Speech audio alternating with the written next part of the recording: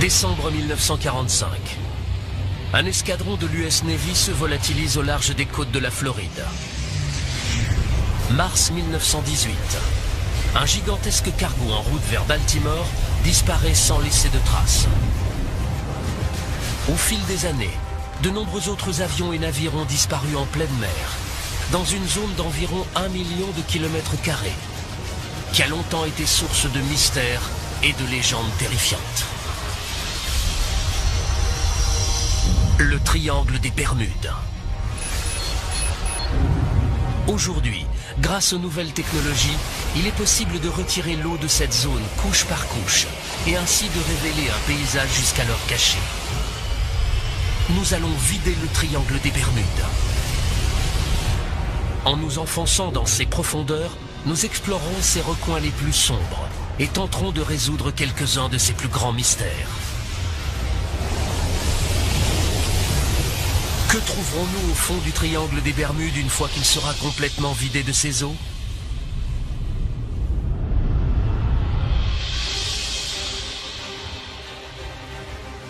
Les Bermudes, un archipel situé à près de 1000 km de la côte est des États-Unis. Pendant des siècles, elles ont servi de mouillage aux navires de l'Atlantique, mais les eaux de l'archipel constituent une menace mortelle. Les Bermudes sont très attractives, mais également très dangereuses pour les marins qui n'ont jamais navigué dans ces eaux. Le seul nom de Bermude suffisait à faire naître la peur dans le cœur des marins. L'archipel finit par être surnommé l'île des démons.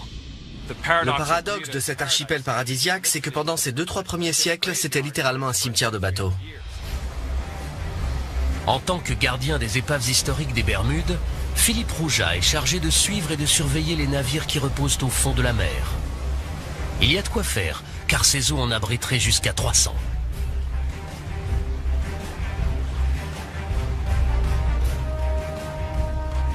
Comment tant de navires ont-ils pu avoir un accident dans ces eaux cristallines si près des côtes?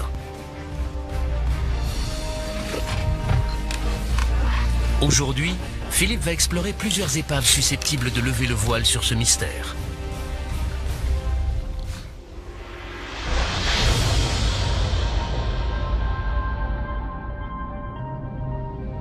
Tout d'abord, la Marie Céleste, un bateau à vapeur à coque en fer qui transportait des vivres et des munitions pendant la guerre de sécession.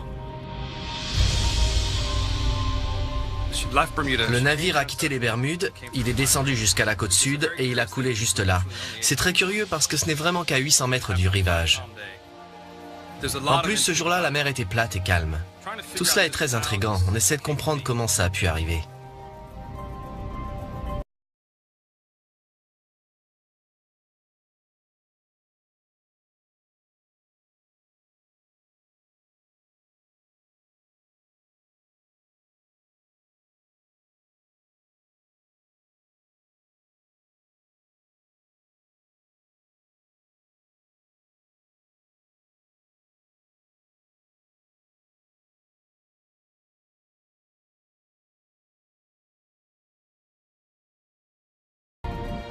En fait, d'après les registres de Philippe, les Bermudes sont complètement encerclées par les épaves. Il y a forcément quelque chose dans ces eaux qui menace les navires. Mais quoi? Pour le découvrir et résoudre d'autres mystères qui entourent le triangle des Bermudes depuis longtemps, nous avons besoin d'observer ce qui se cache sous l'eau. Nous devons vider la zone couche par couche, jusqu'à révéler un paysage extraordinaire, encore jamais vu.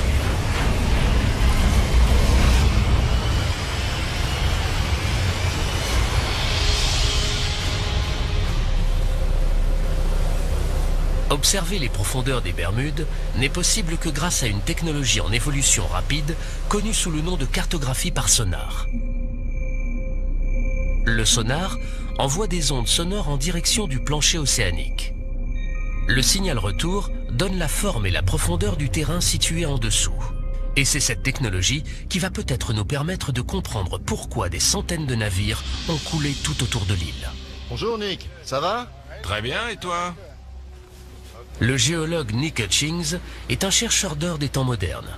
Aujourd'hui, il se sert de la cartographie par sonar pour tenter de repérer des formations sous-marines spécifiques à proximité de certaines des épaves des Bermudes. Je recherche des dépôts minéraux qui peuvent prendre la forme de cheminées hydrothermales, également appelées fumeurs noirs.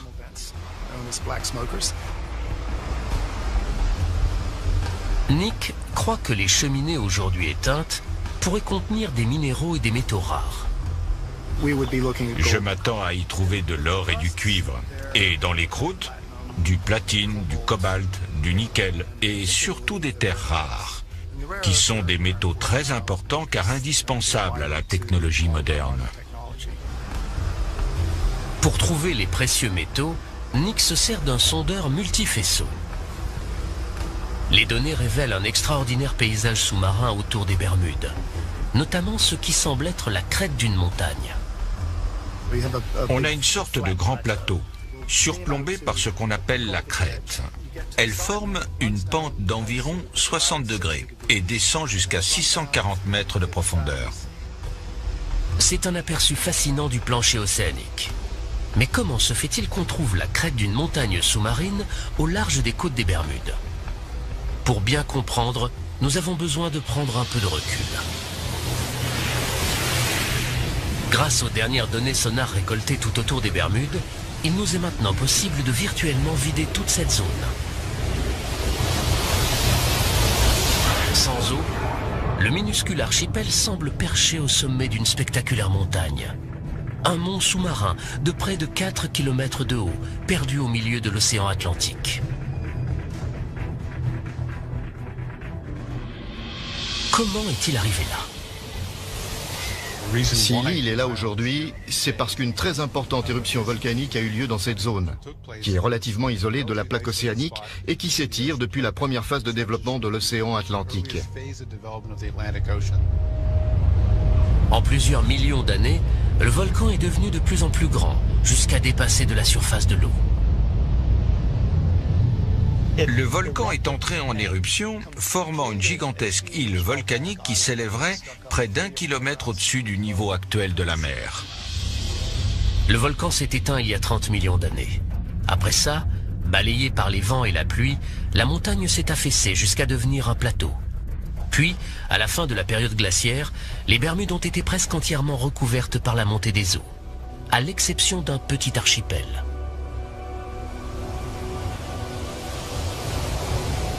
Depuis, des récifs se sont formés sur les pentes de cet ancien volcan et ceinturent aujourd'hui une grande partie des Bermudes. Les récifs des Bermudes sont une barrière naturelle qui nous protège de la fureur de l'océan, mais ils ont également mené beaucoup de marins à leur perte. Ces récifs sont potentiellement mortels pour les navigateurs. Mais la vraie menace, c'est ce qui vit dessus. Ces formations sont surnommées boilers ou brisants. Les brisants sont composés d'un certain type d'algues rocheuses et de millions de coquilles de minuscules mollusques. Ensemble, elles forment une structure calcaire incroyablement dure, pouvant atteindre 10 mètres de haut et dépasser de la surface de l'eau à marée basse.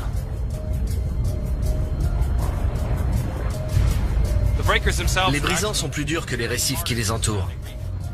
C'est pour ça qu'ils ont survécu et que leur processus de formation a perduré. En cas d'impact, ils risquent de sérieusement endommager la coque d'un bateau, qu'elle soit en bois ou en métal.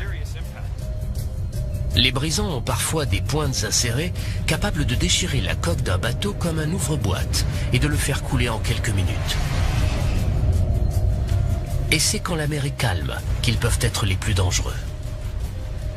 L'ironie du sort, c'est que les brisants sont plus visibles lorsqu'il y a des vagues et de la houle. Donc en fait, c'est quand la mer est plate et calme qu'ils sont le plus dangereux parce qu'on ne les voit pas du tout.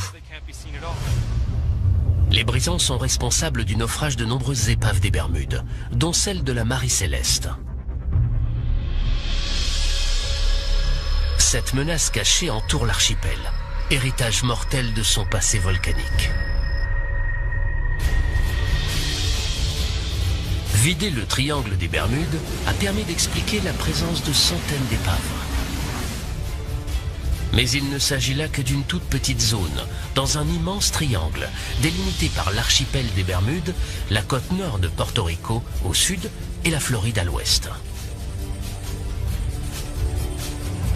L'un des plus célèbres mythes du triangle des Bermudes remonte à la Seconde Guerre mondiale. Le vol 19 ou la patrouille perdue.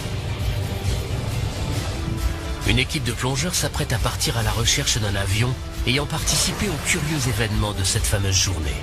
En vidant encore un peu plus le triangle des Bermudes, trouverons-nous des indices permettant d'élucider cette énigme? Le 5 décembre 1945, 5 torpilleurs TBF Avenger de l'US Navy quittent la base aéronavale de Fort Lauderdale en Floride. Cette opération a pour nom de code Vol 19. C'est un vol d'entraînement de routine le long de la côte atlantique. Aux commandes, le lieutenant Charles Taylor, pilote chevronné. Il a dirigé des dizaines de missions d'entraînement, mais ne connaît pas cette partie de la côte.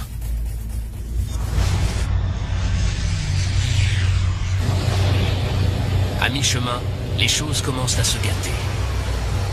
Le lieutenant Taylor signale un problème avec ses instruments de navigation. La météo se dégrade très vite.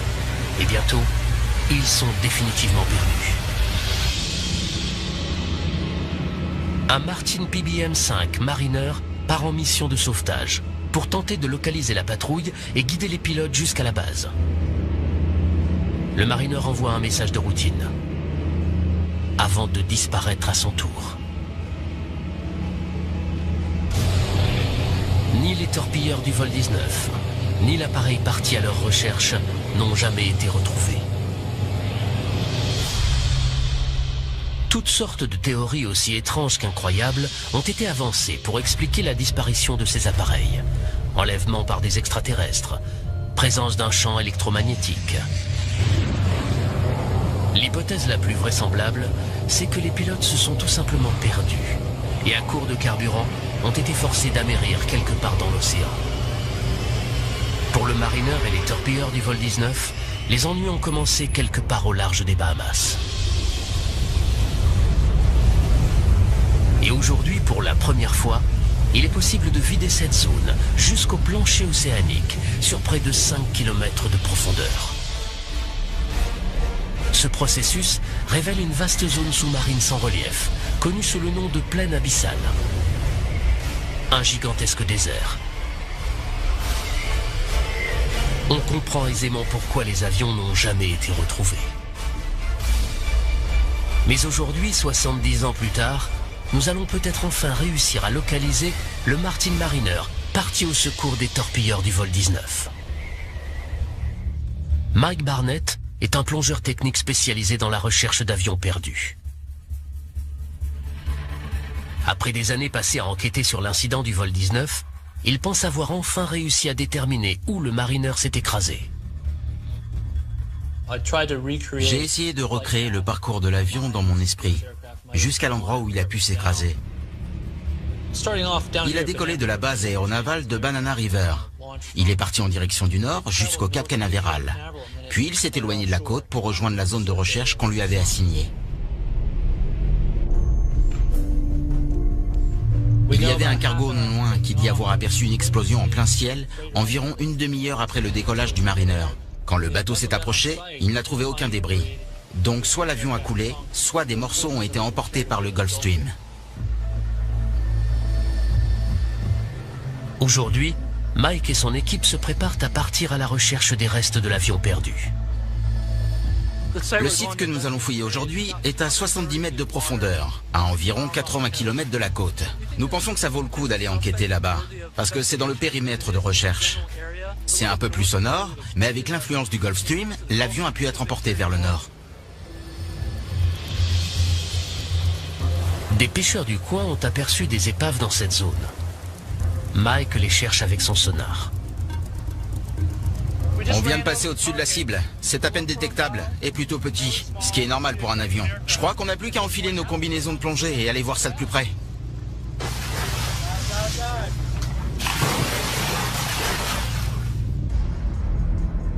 La cible est à plus de 65 mètres de profondeur. Mike pense que c'est peut-être un avion, mais il ne peut pas encore dire s'il s'agit ou non du Mariner.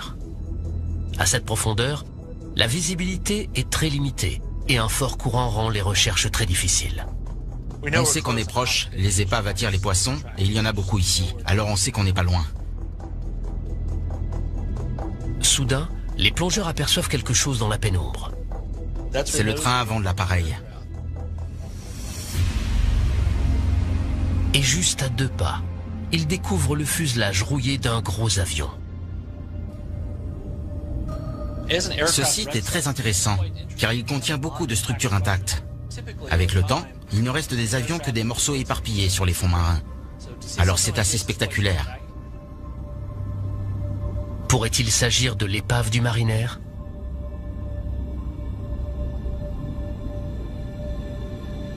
La prochaine étape consiste à récolter toutes les preuves permettant d'identifier l'appareil. Il remarque des pylônes le long des ailes, qui servaient sans doute à relier les flotteurs à l'appareil. Apparemment, il s'agissait d'un avion amphibie. Il y a également des hublots sur le côté du fuselage, exactement comme sur un Mariner. Par ailleurs, le plan horizontal de l'appareil semble correspondre aux photos de l'avion disparu. Il s'agit donc peut-être de l'appareil parti au secours des torpilleurs du vol 19. Mais l'équipe n'a pas encore trouvé de preuves concluantes. C'est un avion, c'est sûr. Il présente des caractéristiques intéressantes. Il y a beaucoup d'éléments que l'on s'attendrait à retrouver sur un avion de sauvetage. Je vais rentrer et observer les photos et les vidéos. Je suis très excité. Tout cela mérite une enquête plus approfondie.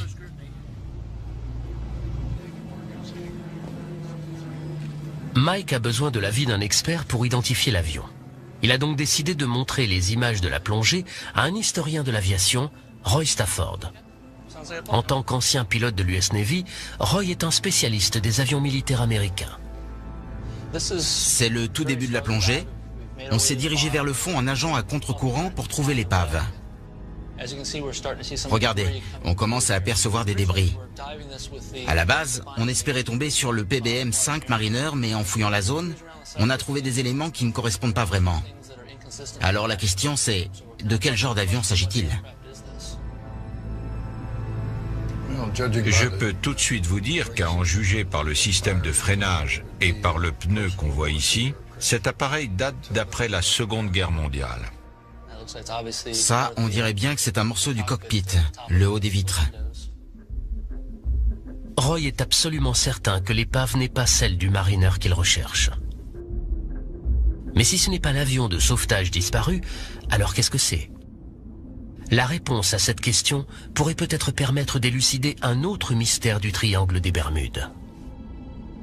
Regardez, c'est intéressant. Ce hublot est sans doute destiné à accueillir un appareil photo. Exactement. Et il y en a plusieurs à l'intérieur. Ils sont très remarquables et ont tout de suite attiré notre attention. On voit qu'il s'agit d'un bimoteur. Pour moi, c'est clair, il n'y a que 2 possibilités. Avec ces 2 pylônes de chaque côté, il s'agit soit d'un RB-66, soit d'un A3 de la Navy. Roy ne met pas longtemps à identifier formellement l'avion. C'est forcément un A3 Skywarrior.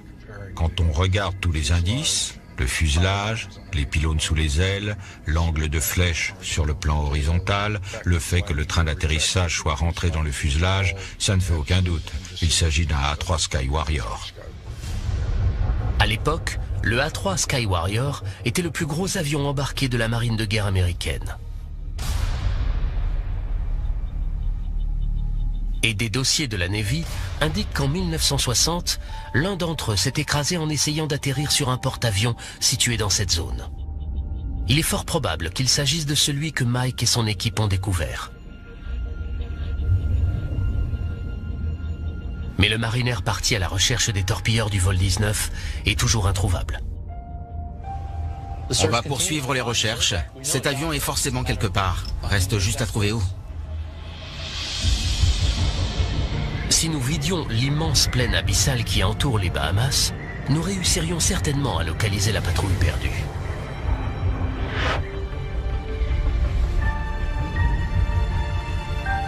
Et à en juger par l'état des autres épaves retrouvées au fond de l'océan, voilà à quoi ces avions ressembleraient après 70 années passées en mer.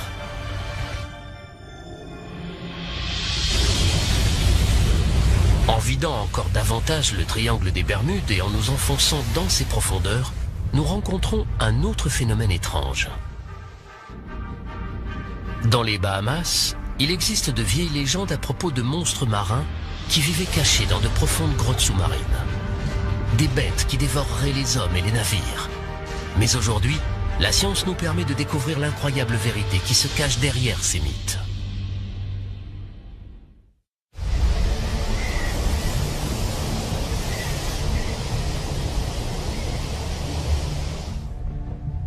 À seulement 80 km de la côte de Floride, dans la pointe ouest du triangle des Bermudes, se trouvent les Bahamas. Un archipel composé de plus de 700 îles. C'est ici que l'on trouve l'une des forces naturelles les plus mystérieuses du triangle des Bermudes. Des tourbillons qui, selon les légendes locales, sont capables d'aspirer hommes et navires. En vidant le triangle des Bermudes sur près de 5 km, nous découvrons un paysage à couper le souffle. Les Bahamas reposent sur un immense plateau calcaire qui s'élève depuis le plancher océanique. C'est le grand banc des Bahamas. Ces falaises, plus hautes que toutes celles que l'on trouve au-dessus du niveau de la mer, culminent à près de 4500 mètres, soit presque 3 fois la profondeur du Grand Canyon. En se rapprochant de la côte, on retrouve un autre phénomène, l'une des formations rocheuses les plus étranges de la planète, les trous bleus. De gigantesques cavités sous-marines qui s'enfoncent des centaines de mètres en dessous du niveau de la mer. Le trou bleu de Dean est le plus grand et le plus profond d'entre eux. Tom Iliffe est l'un des plus grands experts en trous bleus de la planète et il est bien conscient des dangers qu'ils représentent. Les trous bleus ont des pentes sableuses très raides. Il est déjà arrivé que des gens un peu imprudents s'approchent trop près du bord et tombent à l'intérieur. Au fil des années, plusieurs personnes ont trouvé la mort dans le trou bleu de Dean. En général, les locaux préfèrent rester à distance, car d'effrayantes légendes surnaturelles entourent ces lieux. Dans les Bahamas, les trous bleus font l'objet de beaucoup d'histoires et de légendes populaires. L'une d'entre elles raconte qu'un monstre du nom de Lusca vivrait au fond du trou bleu et que c'est lui qui, en respirant, ferait entrer et sortir l'eau de la cavité. On raconte aussi qu'en inspirant, Lusca aurait aspiré des navires qui se seraient trop approchés de la cavité.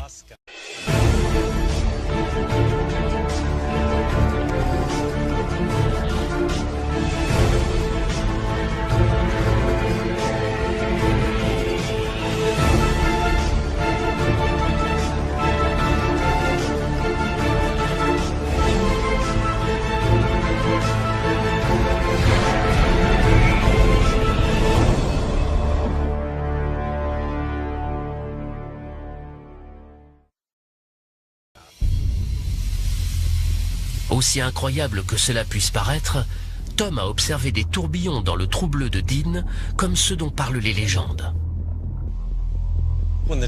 À marée montante, j'ai déjà aperçu jusqu'à 3 vortex ou tourbillons aspirer l'eau en même temps au fond de cette cavité. Tom tient à trouver une explication rationnelle à cet étrange phénomène. La marée joue un rôle important. Mais se pourrait-il qu'il y ait d'autres forces à l'œuvre dans les profondeurs de ce trou bleu largement inexploré? Pour le savoir, un seul moyen, plonger. Tom a beau explorer les trous bleus des Bahamas depuis plus de 20 ans, il est toujours aussi émerveillé qu'au premier jour. Ce sont des portails vers un autre monde. Quand on plonge là-dedans, on se retrouve dans un endroit qui ne ressemble à aucun autre sur la planète.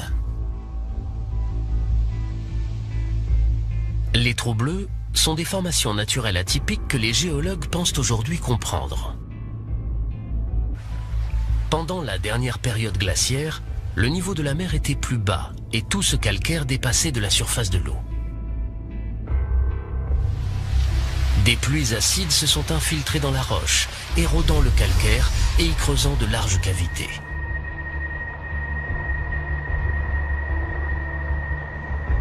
Le plafond de ces cavités a fini par s'effondrer, créant ces fameux trous bleus en forme de bouteille. À la fin de la période glaciaire, ces gouffres ont été entièrement submergés par la montée des eaux.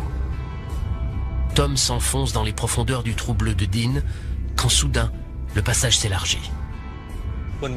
À environ 20 mètres de profondeur, la chambre fait une cinquantaine de mètres de diamètre.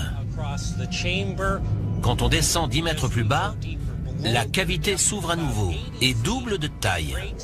De 50 mètres, on passe à une centaine de mètres de diamètre.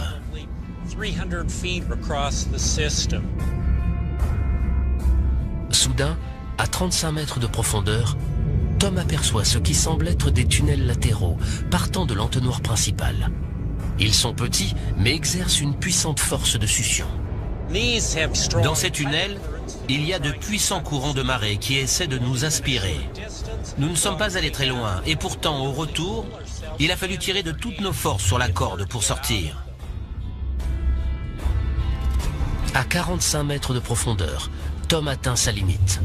Il n'est jamais descendu plus bas. Seule une poignée de plongeurs spécialisés a osé s'aventurer plus loin. L'un d'entre eux est même descendu 200 mètres en dessous du niveau de la mer. Mais les profondeurs du trou bleu restent largement inexplorées. Nous savons qu'en vidant le trou bleu de Dean, nous révélerions non seulement la cavité en forme de bouteille, mais également un réseau de tunnels et de fissures qui s'enfoncent dans les profondeurs. Ce sont les flux d'eau qui entrent et sortent de ces tunnels qui génèrent les tourbillons, et non pas un monstre marin mythique. Sans eau, le trou bleu de Dean est une structure géologique certes terrifiante, mais entièrement naturelle.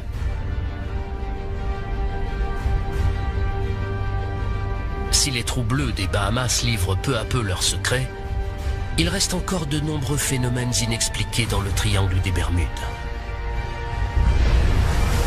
D'étranges légendes évoquent de gigantesques murs d'eau qui sortent de nulle part. Il existe également une curieuse substance sous-marine qui recouvre les fonds marins et qui serait capable de détruire des navires. Mars 1918. Un navire de marchandises de la marine américaine quitte la Barbade. Le USS Cyclops est un gigantesque vraquier de 19 000 tonnes. Il transporte une cargaison de manganèse et compte 309 hommes à bord. Un jour seulement après avoir levé l'ancre, il pénètre dans les eaux les plus profondes de tout le triangle des Bermudes et disparaît. Jamais personne n'a retrouvé la moindre trace de l'immense navire ou de son équipage.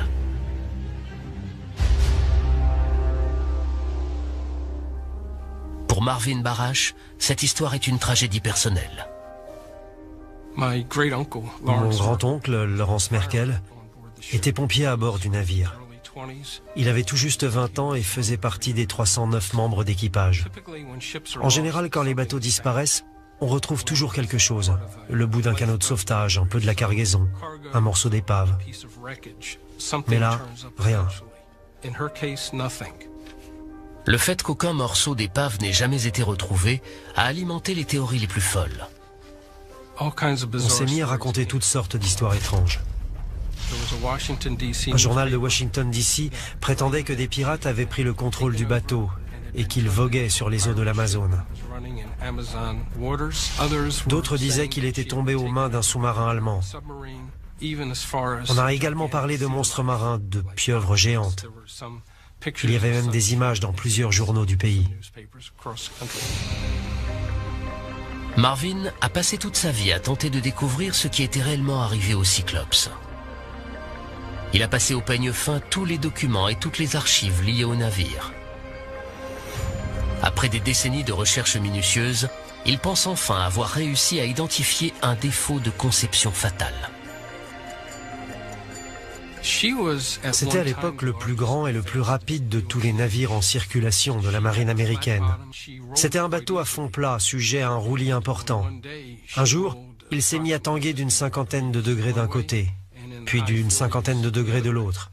Après ça, beaucoup de navires auraient eu du mal à retrouver l'équilibre, ce qui les aurait menés droit à la catastrophe. Étant donné que le bateau était très enclin au tangage, se pourrait-il que quelque chose ait pu le faire chavirer ? Quelque chose d'extraordinaire? Pendant des siècles, les vagues scélérates ont alimenté de nombreuses histoires de marins. De gigantesques murs d'eau sortis de nulle part, engloutissant tous les navires sur leur passage. Pendant plusieurs centaines d'années, nombreux sont ceux qui considéraient les vagues scélérates comme des légendes. Des marins revenaient au port en disant qu'ils avaient vu ces fameuses vagues et qu'ils y avaient survécu. Selon le docteur Simon Boxall, ces vieilles légendes de vieux loups de mer ne peuvent plus être ignorées. Grâce aux satellites, on peut observer la planète entière en quelques jours. Au cours des 20 dernières années, nous avons détecté et mesuré des vagues scélérates qui, dans certains cas, faisaient plus de 30 mètres de haut. Donc elles existent. Ces vagues géantes ont même parfois été filmées.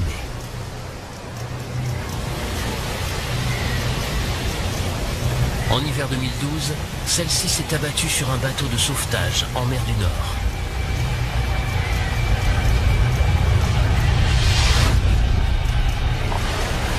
Étant donné les conditions météorologiques extrêmes dans le triangle des Bermudes, des vagues scélérates d'une telle envergure pourraient-elles s'y former?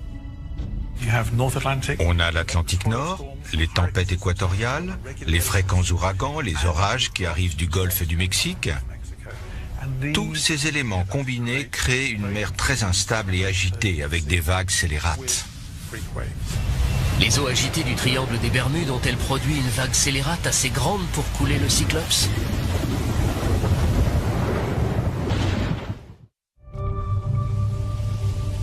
Le triangle des Bermudes a longtemps été considéré comme un endroit mystérieux. Mais aujourd'hui, grâce aux dernières technologies, nous pouvons le vider couche par couche, afin de détruire les mythes et de comprendre ce qui s'y passe réellement. Mais parfois, seule la méthode expérimentale permet de résoudre une vieille énigme. L'université de Plymouth, au sud de l'Angleterre, est le bassin à houle du laboratoire Coast, le plus avancé de tout le Royaume-Uni. Il peut reproduire une grande variété de conditions océaniques que l'on trouve dans le triangle des Bermudes. Ici, les scientifiques prennent la notion de vague scélérate très au sérieux. Essayons de reproduire une vague de 16 mètres. Aujourd'hui, les océanographes font une expérience pour déterminer si une vague scélérate aurait pu couler un bateau aussi grand que le Cyclops disparu. L'équipe se sert d'un modèle réduit comparable en taille au Cyclops. Ils vont le placer dans la trajectoire directe d'une vague scélérate. Pour commencer, ils génèrent une série de vagues normales, avec des ondulations équivalentes à des vagues de 8 mètres de haut. Le navire reste stable. Mais lorsqu'ils simulent la rencontre de deux fronts orageux, des interférences se créent à la surface de l'eau. Et soudain, comme sortie de nulle part, une vague scélérate. C'est l'équivalent d'une vague de plus de 15 mètres de haut, et son impact sur le modèle réduit est plus que parlant.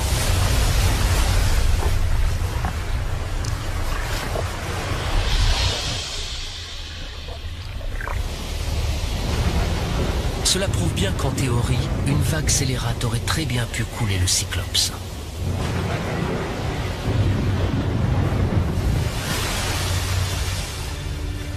Mais un autre phénomène étrange pourrait être tenu responsable de la disparition du bateau. Pour l'observer, nous devons vider encore un peu plus le triangle des Bermudes. Sur le plancher océanique, à plus de 330 mètres de profondeur, on trouve un étrange dépôt blanchâtre et cireux. Une seule parcelle pourrait recouvrir une surface plus grande que Manhattan. Cette substance s'appelle hydrate de méthane. Ces hydrates de méthane sont issus de la décomposition bactérienne et microbienne de matières organiques, végétaux, poissons morts, plancton, qui se sont déposés sur les fonds marins. Sur ces images, on peut voir des amas d'hydrate de méthane sur le fond marin.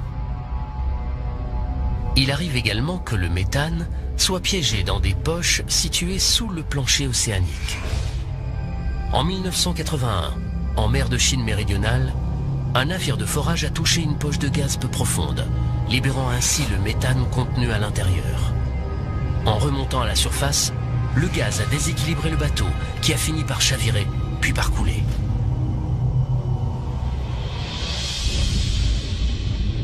N'importe quelle perturbation importante du plancher océanique, comme un séisme ou un glissement de terrain, risque de déloger un gros bloc d'hydrate de méthane, qui en remontant vers la surface, se transforme en gaz. Une éruption d'hydrate de méthane aurait donc très bien pu faire chavirer l'USS Cyclops, surtout quand on sait qu'il était enclin au roulis. Mais le seul moyen de déterminer ce qui est vraiment arrivé au bateau, c'est de trouver son épave. J'ai étudié le sujet en long en large, et je pense savoir approximativement jusqu'où le navire est allé après avoir levé l'ancre. Je crois qu'il a navigué pendant environ une journée et qu'il a coulé au nord-ouest de Porto Rico.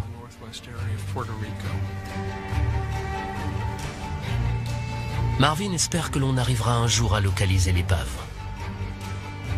Trouver la dernière demeure du Cyclope, de mon grand-oncle et de tous ceux qui ont servi à ses côtés représenterait énormément pour moi. Mais si les calculs de Marvin sont exacts, le navire ne sera pas facile à retrouver. En vidant la zone, on découvre une fosse qui s'enfonce jusqu'à 8 km en dessous du niveau de la mer. La fosse de Porto Rico. C'est le point le plus profond du triangle des Bermudes, et même de tout l'océan Atlantique.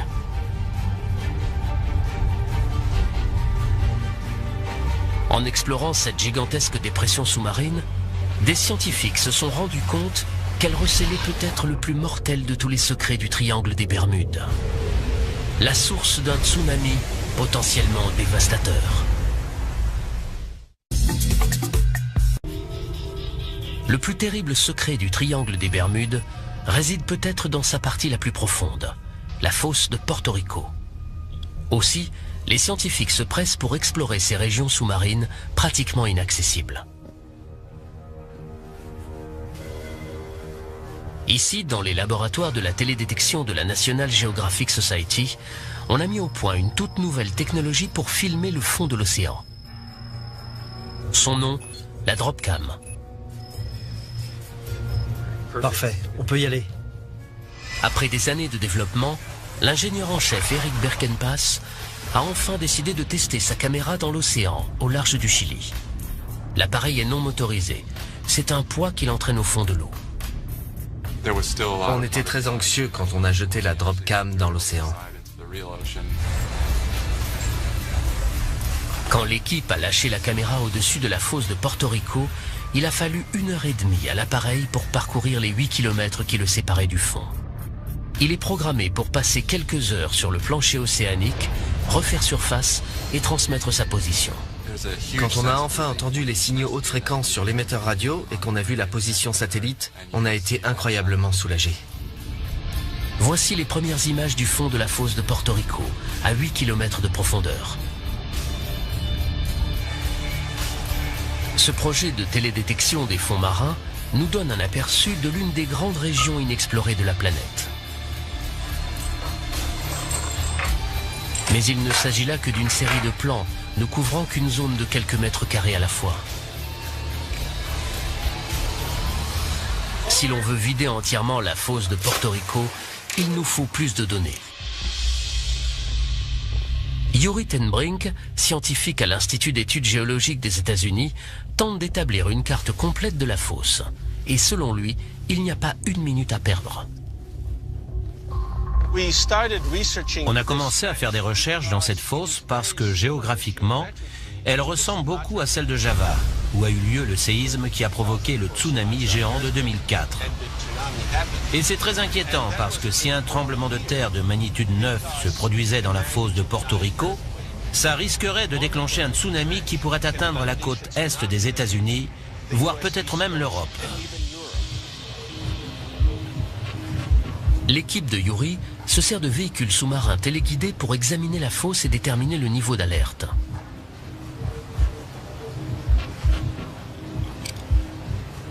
Les véhicules envoient des ondes sonores afin d'obtenir une lecture du terrain aussi précise que possible.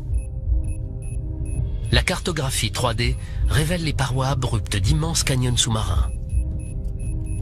Dans certains rifts et vallées, les parois atteignent parfois près d'1 kilomètre de haut. Les géologues savent depuis longtemps que cette fosse est le résultat de la subduction de la plaque nord-américaine sous celle des Caraïbes. Mais ce que les nouvelles données suggèrent, c'est que ce terrain pourrait être propice aux avalanches sous-marines.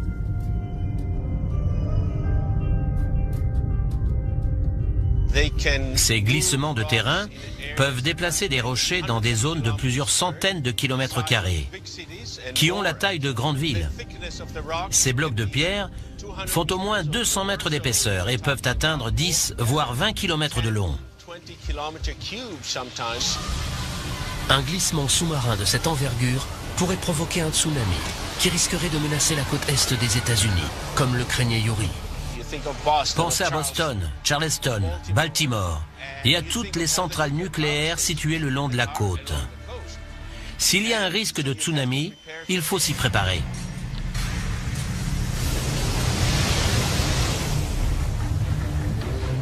Depuis le désastre de Fukushima en 2011, on connaît les terribles conséquences d'une centrale nucléaire mal protégée.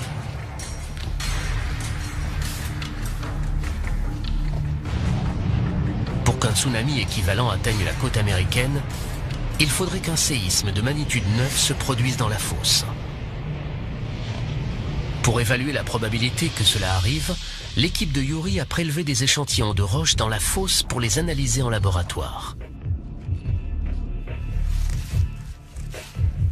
Ce qu'ils ont découvert est un immense soulagement pour les habitants de la côte est des États-Unis.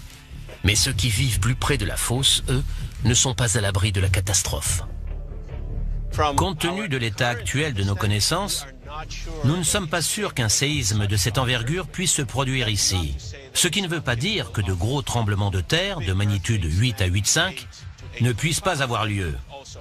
Ils n'auront peut-être aucun impact sur la côte est des États-Unis, mais risquent de causer des dégâts considérables dans les Caraïbes. Il est également possible qu'un séisme au centre de la fosse déclenche une éruption d'hydrate de méthane, nous confortant ainsi dans l'idée que ce gaz peut être à l'origine de quelques disparitions tristement célèbres du triangle des Bermudes. Les données récoltées par Yuri nous permettent de vider la fosse de Porto Rico sur près de 800 km. Étant donné sa taille et sa profondeur abyssale, on comprend mieux pourquoi certains navires et avions n'ont jamais été retrouvés. La fosse est cernée par de spectaculaires falaises abruptes de plusieurs kilomètres de haut. Un paysage véritablement impressionnant au fond de l'océan. À 8 kilomètres de profondeur. Décembre 1945. Un escadron de l'US Navy se volatilise au large des côtes de la Floride. Mars 1918. Un gigantesque cargo en route vers Baltimore disparaît sans laisser de traces. Au fil des années, de nombreux autres avions et navires ont disparu en pleine mer, dans une zone d'environ 1 million de kilomètres carrés, qui a longtemps été source de mystères et de légendes terrifiantes. Le triangle des Bermudes. Aujourd'hui, grâce aux nouvelles technologies, il est possible de retirer l'eau de cette zone couche par couche et ainsi de révéler un paysage jusqu'alors caché. Nous allons vider le triangle des Bermudes. En nous enfonçant dans ses profondeurs, nous explorerons ses recoins les plus sombres et tenterons de résoudre quelques-uns de ses plus grands mystères. Que trouverons-nous au fond du triangle des Bermudes une fois qu'il sera complètement vidé de ses eaux?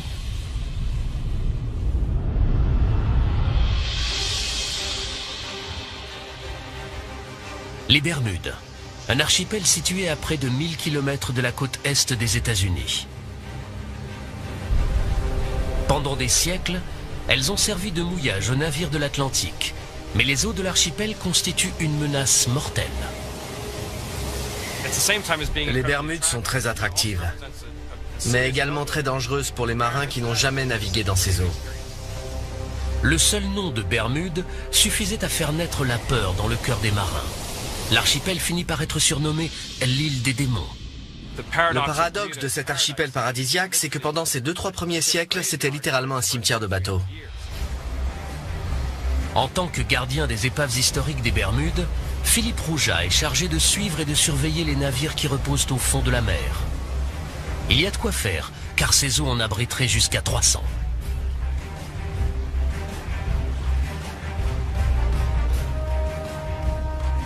Comment tant de navires ont-ils pu avoir un accident dans ces eaux cristallines si près des côtes?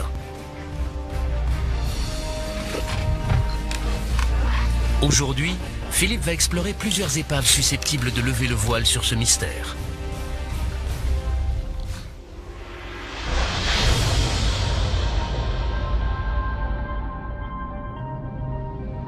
Tout d'abord, la Marie Céleste, un bateau à vapeur à coque en fer qui transportait des vivres et des munitions pendant la guerre de sécession. Le navire a quitté les Bermudes, il est descendu jusqu'à la côte sud et il a coulé juste là. C'est très curieux parce que ce n'est vraiment qu'à 800 mètres du rivage. En plus, ce jour-là, la mer était plate et calme. Tout cela est très intriguant, on essaie de comprendre comment ça a pu arriver.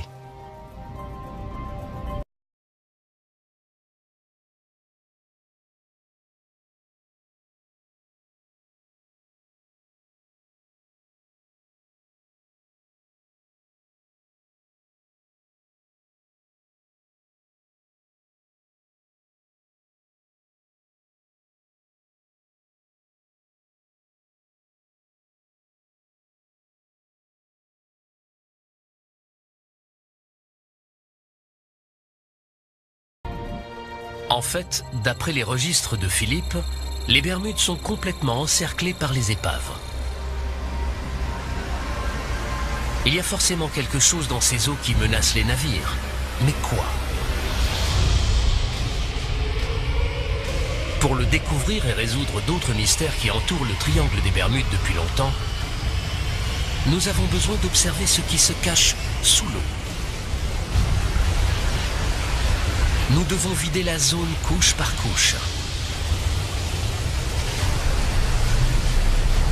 jusqu'à révéler un paysage extraordinaire, encore jamais vu.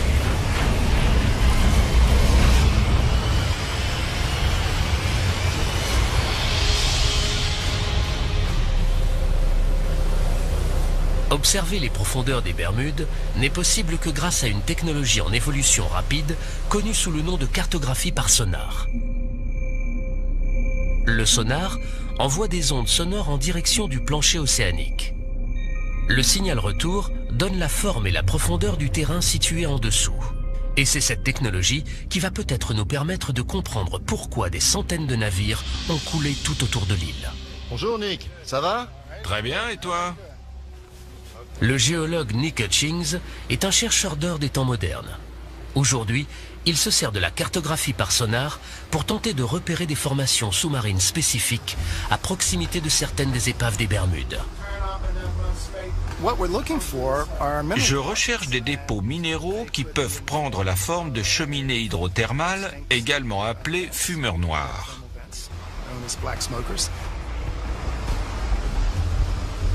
Nick croit que les cheminées aujourd'hui éteintes pourraient contenir des minéraux et des métaux rares.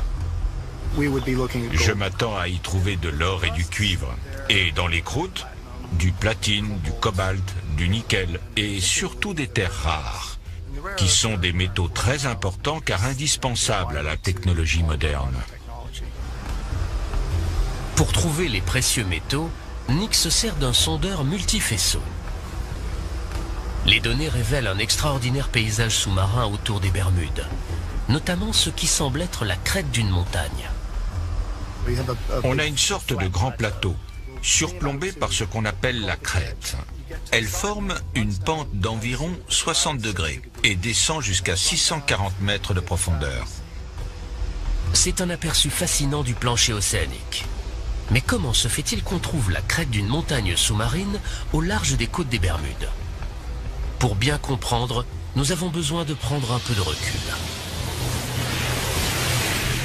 Grâce aux dernières données sonars récoltées tout autour des Bermudes, il nous est maintenant possible de virtuellement vider toute cette zone. Sans eau, le minuscule archipel semble perché au sommet d'une spectaculaire montagne. Un mont sous-marin de près de 4 km de haut, perdu au milieu de l'océan Atlantique. Comment est-il arrivé là? Si l'île est là aujourd'hui, c'est parce qu'une très importante éruption volcanique a eu lieu dans cette zone, qui est relativement isolée de la plaque océanique et qui s'étire depuis la première phase de développement de l'océan Atlantique. En plusieurs millions d'années, le volcan est devenu de plus en plus grand, jusqu'à dépasser de la surface de l'eau. Le volcan est entré en éruption, formant une gigantesque île volcanique qui s'élèverait près d'1 kilomètre au-dessus du niveau actuel de la mer. Le volcan s'est éteint il y a 30 millions d'années. Après ça, balayé par les vents et la pluie, la montagne s'est affaissée jusqu'à devenir un plateau. Puis, à la fin de la période glaciaire, les Bermudes ont été presque entièrement recouvertes par la montée des eaux, à l'exception d'un petit archipel.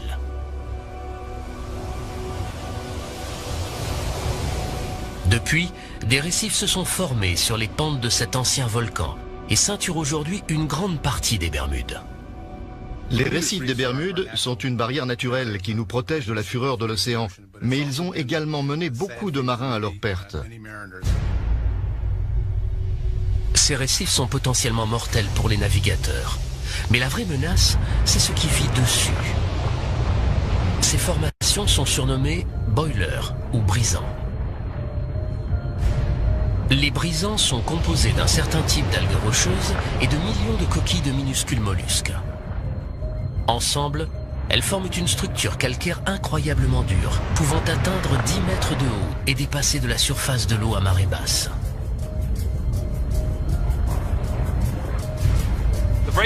Les brisants sont plus durs que les récifs qui les entourent.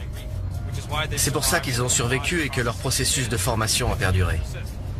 En cas d'impact, ils risquent de sérieusement endommager la coque d'un bateau, qu'elle soit en bois ou en métal. Les brisants ont parfois des pointes acérées capables de déchirer la coque d'un bateau comme un ouvre-boîte et de le faire couler en quelques minutes. Et c'est quand la mer est calme qu'ils peuvent être les plus dangereux. L'ironie du sort, c'est que les brisants sont plus visibles lorsqu'il y a des vagues et de la houle. Donc en fait, c'est quand la mer est plate et calme qu'ils sont le plus dangereux parce qu'on ne les voit pas du tout. Les brisants sont responsables du naufrage de nombreuses épaves des Bermudes, dont celle de la Marie Céleste. Cette menace cachée entoure l'archipel, héritage mortel de son passé volcanique. Vider le triangle des Bermudes a permis d'expliquer la présence de centaines d'épaves. Mais il ne s'agit là que d'une toute petite zone, dans un immense triangle, délimité par l'archipel des Bermudes, la côte nord de Porto Rico au sud et la Floride à l'ouest. L'un des plus célèbres mythes du triangle des Bermudes remonte à la Seconde Guerre mondiale. Le vol 19 ou la patrouille perdue. Une équipe de plongeurs s'apprête à partir à la recherche d'un avion ayant participé aux curieux événements de cette fameuse journée. En vidant encore un peu plus le triangle des Bermudes, trouverons-nous des indices permettant d'élucider cette énigme? Le 5 décembre 1945, 5 torpilleurs TBF Avenger de l'US Navy quittent la base aéronavale de Fort Lauderdale en Floride. Cette opération a pour nom de code Vol 19. C'est un vol d'entraînement de routine le long de la côte atlantique. commandes le lieutenant Charles Taylor, pilote chevronné. Il a dirigé des dizaines de missions d'entraînement, mais ne connaît pas cette partie de la côte.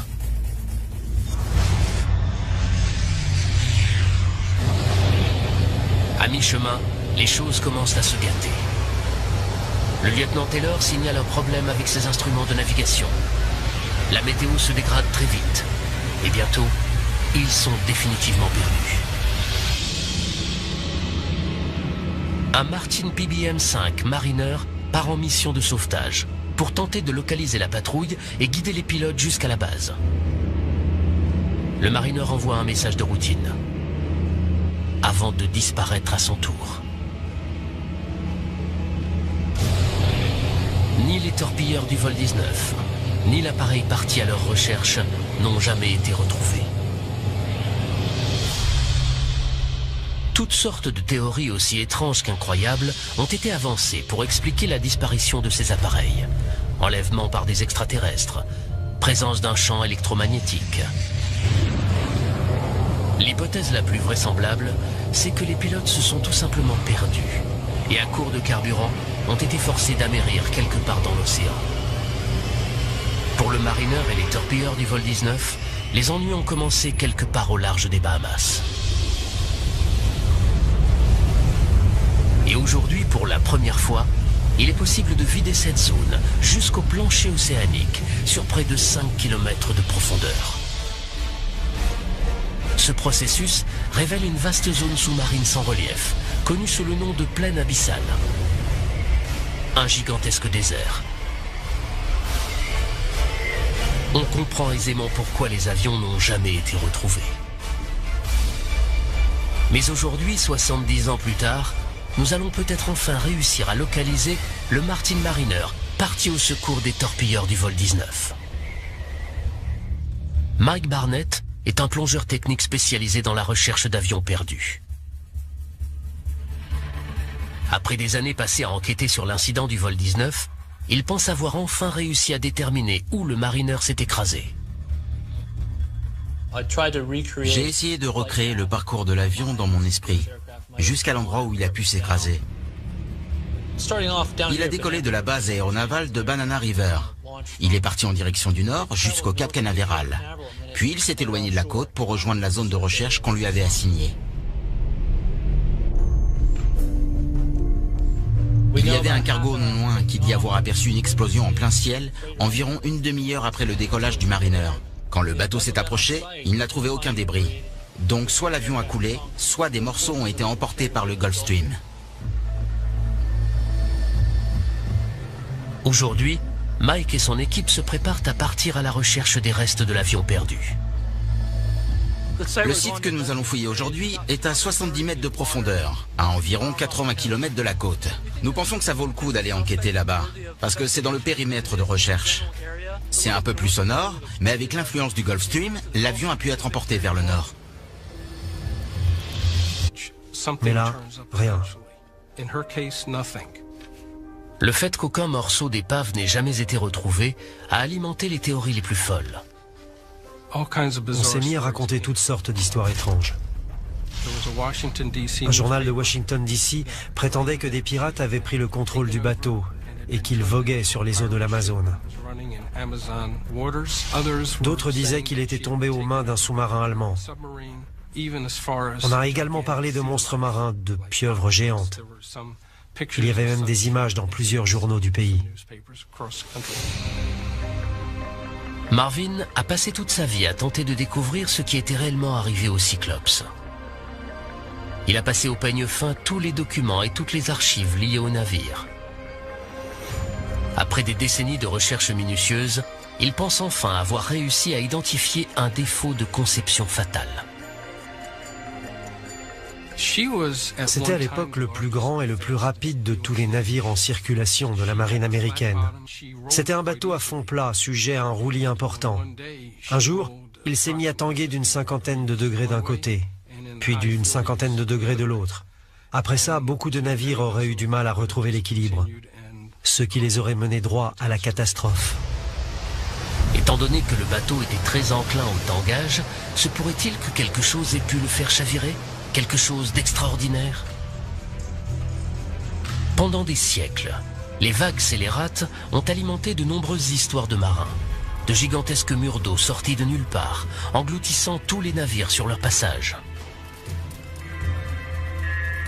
Pendant plusieurs centaines d'années, nombreux sont ceux qui considéraient les vagues scélérates comme des légendes. Des marins revenaient au port en disant qu'ils avaient vu ces fameuses vagues et qu'ils y avaient survécu. Selon le docteur Simon Boxall, ces vieilles légendes de vieux loups de mer ne peuvent plus être ignorées. Grâce aux satellites, on peut observer la planète entière en quelques jours. Au cours des 20 dernières années, nous avons détecté et mesuré des vagues scélérates qui, dans certains cas, faisaient plus de 30 mètres de haut. Donc elles existent. Ces vagues géantes ont même parfois été filmées.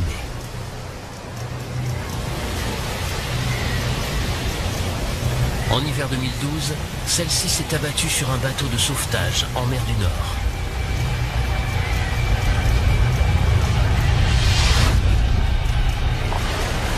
Étant donné les conditions météorologiques extrêmes dans le triangle des Bermudes, des vagues scélérates d'une telle envergure pourraient-elles s'y former? On a l'Atlantique Nord, les tempêtes équatoriales, les fréquents ouragans, les orages qui arrivent du golfe du Mexique. Tous ces éléments combinés créent une mer très instable et agitée avec des vagues scélérates. Les eaux agitées du triangle des Bermudes ont-elles produit une vague scélérate assez grande pour couler le Cyclops?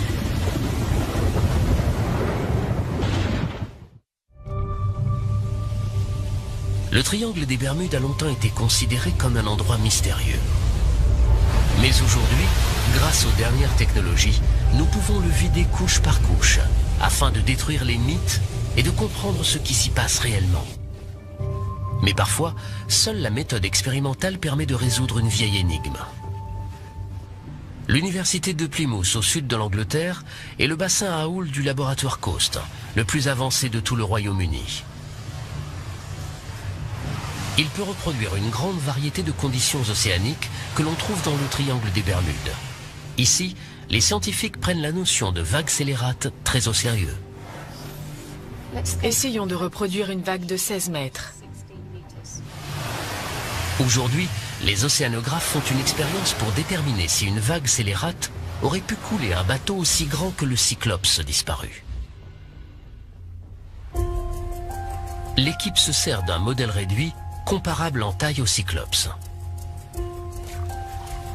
Ils vont le placer dans la trajectoire directe d'une vague scélérate.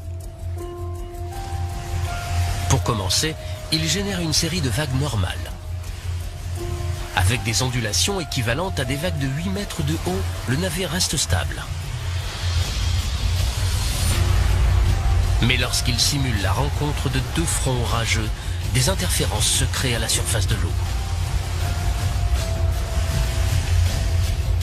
Et soudain, comme sortie de nulle part, une vague scélérate. C'est l'équivalent d'une vague de plus de 15 mètres de haut, et son impact sur le modèle réduit est plus que parlant.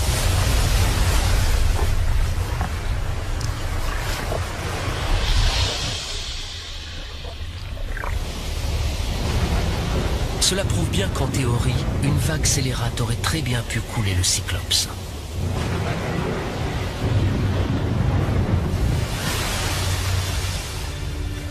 Mais un autre phénomène étrange pourrait être tenu responsable de la disparition du bateau. Pour l'observer, nous devons vider encore un peu plus le triangle des Bermudes. Sur le plancher océanique, à plus de 330 mètres de profondeur, on trouve un étrange dépôt blanchâtre et cireux. Une seule parcelle pourrait recouvrir une surface plus grande que Manhattan. Cette substance s'appelle hydrate de méthane. Ces hydrates de méthane sont issus de la décomposition bactérienne et microbienne de matières organiques, végétaux, poissons morts, plancton, qui se sont déposés sur les fonds marins. Sur ces images, on peut voir des amas d'hydrate de méthane sur le fond marin. Il arrive également que le méthane soit piégé dans des poches situées sous le plancher océanique. En 1981, en mer de Chine méridionale, un navire de forage a touché une poche de gaz peu profonde, libérant ainsi le méthane contenu à l'intérieur. En remontant à la surface, le gaz a déséquilibré le bateau, qui a fini par chavirer, puis par couler.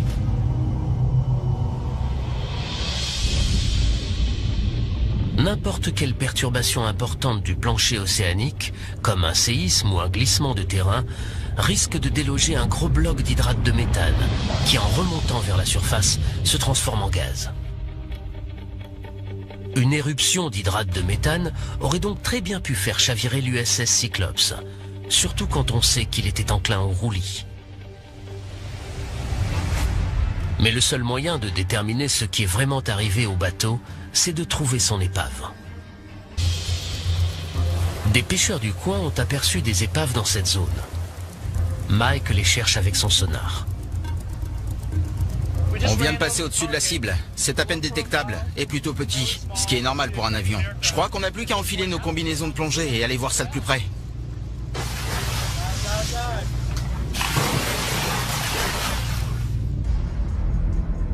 La cible est à plus de 65 mètres de profondeur. Mike pense que c'est peut-être un avion, mais il ne peut pas encore dire s'il s'agit ou non du Mariner. À cette profondeur, la visibilité est très limitée et un fort courant rend les recherches très difficiles. On sait qu'on est proche, les épaves attirent les poissons et il y en a beaucoup ici, alors on sait qu'on n'est pas loin. Soudain, les plongeurs aperçoivent quelque chose dans la pénombre. C'est le train avant de l'appareil. Et juste à 2 pas, ils découvrent le fuselage rouillé d'un gros avion. Ce site est très intéressant, car il contient beaucoup de structures intactes. Avec le temps, il ne reste des avions que des morceaux éparpillés sur les fonds marins. Alors c'est assez spectaculaire. Pourrait-il s'agir de l'épave du Mariner ?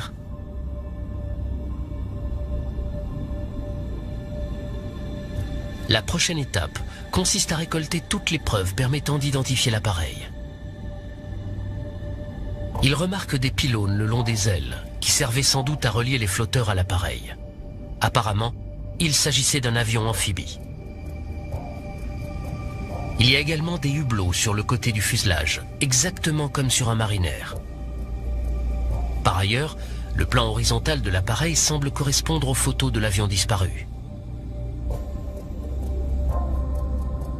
Il s'agit donc peut-être de l'appareil parti au secours des torpilleurs du vol 19. Mais l'équipe n'a pas encore trouvé de preuves concluantes. C'est un avion, c'est sûr. Il présente des caractéristiques intéressantes. Il y a beaucoup d'éléments que l'on s'attendrait à retrouver sur un avion de sauvetage.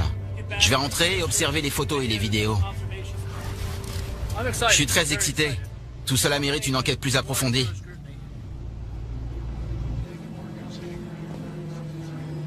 Mike a besoin de l'avis d'un expert pour identifier l'avion. Il a donc décidé de montrer les images de la plongée à un historien de l'aviation, Roy Stafford. En tant qu'ancien pilote de l'US Navy, Roy est un spécialiste des avions militaires américains. C'est le tout début de la plongée. On s'est dirigé vers le fond en nageant à contre-courant pour trouver l'épave. Regardez, on commence à apercevoir des débris. À la base, on espérait tomber sur le PBM-5 Mariner, mais en fouillant la zone, on a trouvé des éléments qui ne correspondent pas vraiment. Alors la question c'est, de quel genre d'avion s'agit-il ? Je peux tout de suite vous dire qu'à en juger par le système de freinage et par le pneu qu'on voit ici, cet appareil date d'après la Seconde Guerre mondiale. Ça, on dirait bien que c'est un morceau du cockpit, le haut des vitres. Roy est absolument certain que l'épave n'est pas celle du Mariner qu'il recherche. Mais si ce n'est pas l'avion de sauvetage disparu, alors qu'est-ce que c'est ? La réponse à cette question pourrait peut-être permettre d'élucider un autre mystère du triangle des Bermudes. Regardez, c'est intéressant. Ce hublot est sans doute destiné à accueillir un appareil photo. Exactement. Et il y en a plusieurs à l'intérieur. Ils sont très remarquables et ont tout de suite attiré notre attention. On voit qu'il s'agit d'un bimoteur. Pour moi, c'est clair, il n'y a que 2 possibilités. Avec ces 2 pylônes de chaque côté, il s'agit soit d'un RB-66, soit d'un A3 de la Navy. Roy ne met pas longtemps à identifier formellement l'avion. C'est forcément un A3 Sky Warrior. Quand on regarde tous les indices, le fuselage, les pylônes sous les ailes, l'angle de flèche sur le plan horizontal, le fait que le train d'atterrissage soit rentré dans le fuselage, ça ne fait aucun doute. Il s'agit d'un A3 Sky Warrior. À l'époque, le A3 Sky Warrior était le plus gros avion embarqué de la marine de guerre américaine. Et des dossiers de la Navy indiquent qu'en 1960, l'un d'entre eux s'est écrasé en essayant d'atterrir sur un porte-avions situé dans cette zone. Il est fort probable qu'il s'agisse de celui que Mike et son équipe ont découvert. Mais le marinaire parti à la recherche des torpilleurs du vol 19 est toujours introuvable. On va poursuivre les recherches. Cet avion est forcément quelque part. Reste juste à trouver où. Si nous vidions l'immense plaine abyssale qui entoure les Bahamas, nous réussirions certainement à localiser la patrouille perdue.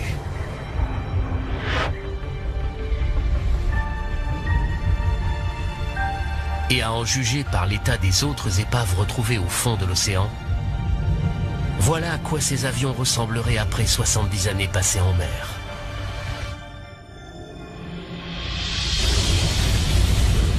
En vidant encore davantage le triangle des Bermudes et en nous enfonçant dans ses profondeurs, nous rencontrons un autre phénomène étrange. Dans les Bahamas, il existe de vieilles légendes à propos de monstres marins qui vivaient cachés dans de profondes grottes sous-marines. Des bêtes qui dévoreraient les hommes et les navires. Mais aujourd'hui, la science nous permet de découvrir l'incroyable vérité qui se cache derrière ces mythes.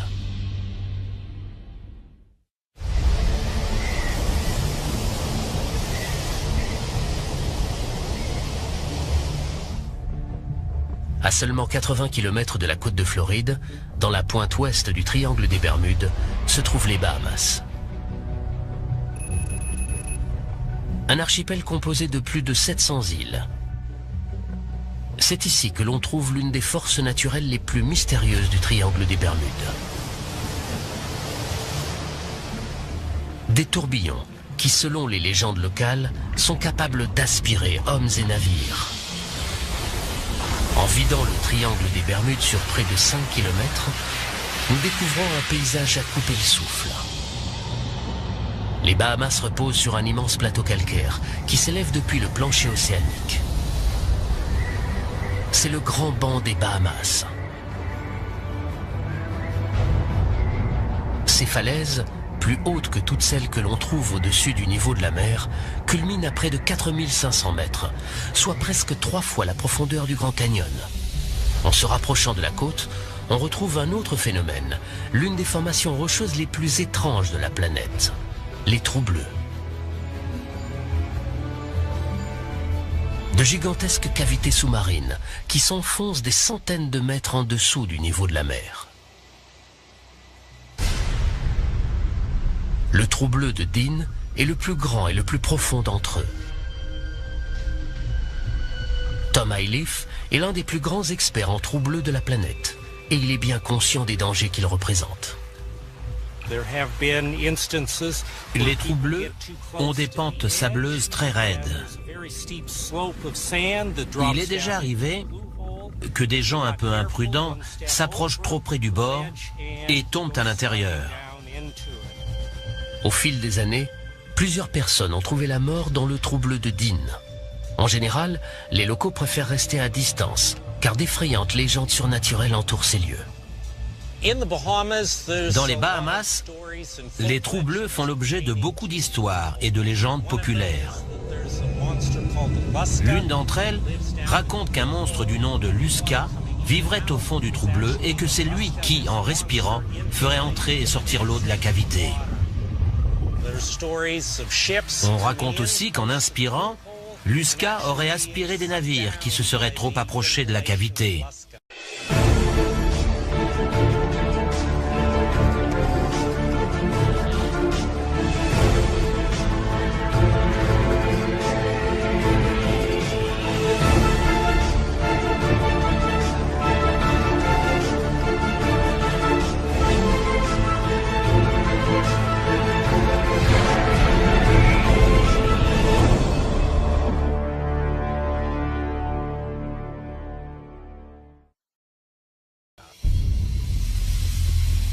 Aussi incroyable que cela puisse paraître, Tom a observé des tourbillons dans le trou bleu de Dean, comme ceux dont parlent les légendes. À marée montante, j'ai déjà aperçu jusqu'à 3 vortex ou tourbillons aspirer l'eau en même temps au fond de cette cavité. Tom tient à trouver une explication rationnelle à cet étrange phénomène. La marée joue un rôle important. Mais se pourrait-il qu'il y ait d'autres forces à l'œuvre dans les profondeurs de ce trou bleu largement inexploré? Pour le savoir, un seul moyen, plonger. Tom a beau explorer les trous bleus des Bahamas depuis plus de 20 ans, il est toujours aussi émerveillé qu'au premier jour. Ce sont des portails vers un autre monde. Quand on plonge là-dedans, on se retrouve dans un endroit qui ne ressemble à aucun autre sur la planète. Les trous bleus sont des formations naturelles atypiques que les géologues pensent aujourd'hui comprendre. Pendant la dernière période glaciaire, le niveau de la mer était plus bas et tout ce calcaire dépassait de la surface de l'eau. Des pluies acides se sont infiltrées dans la roche, érodant le calcaire et y creusant de larges cavités.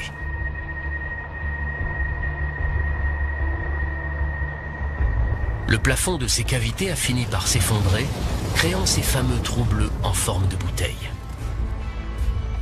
À la fin de la période glaciaire, ces gouffres ont été entièrement submergés par la montée des eaux. Tom s'enfonce dans les profondeurs du trou bleu de Dean, quand soudain, le passage s'élargit. À environ 20 mètres de profondeur, la chambre fait une cinquantaine de mètres de diamètre. Quand on descend 10 mètres plus bas, la cavité s'ouvre à nouveau et double de taille. De 50 mètres, on passe à une centaine de mètres de diamètre.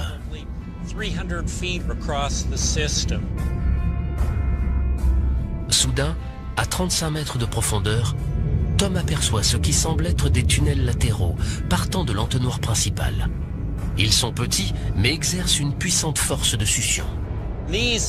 Dans ces tunnels, il y a de puissants courants de marée qui essaient de nous aspirer. Nous ne sommes pas allés très loin, et pourtant, au retour, il a fallu tirer de toutes nos forces sur la corde pour sortir. À 45 mètres de profondeur, Tom atteint sa limite. Il n'est jamais descendu plus bas. Seule une poignée de plongeurs spécialisés a osé s'aventurer plus loin. L'un d'entre eux est même descendu 200 mètres en dessous du niveau de la mer. Mais les profondeurs du trou bleu restent largement inexplorées. Nous savons qu'en vidant le trou bleu de Dean, nous révélerions non seulement la cavité en forme de bouteille, mais également un réseau de tunnels et de fissures qui s'enfoncent dans les profondeurs. Ce sont les flux d'eau qui entrent et sortent de ces tunnels qui génèrent les tourbillons, et non pas un monstre marin mythique. Sans eau, le trou bleu de Dean est une structure géologique certes terrifiante, mais entièrement naturelle.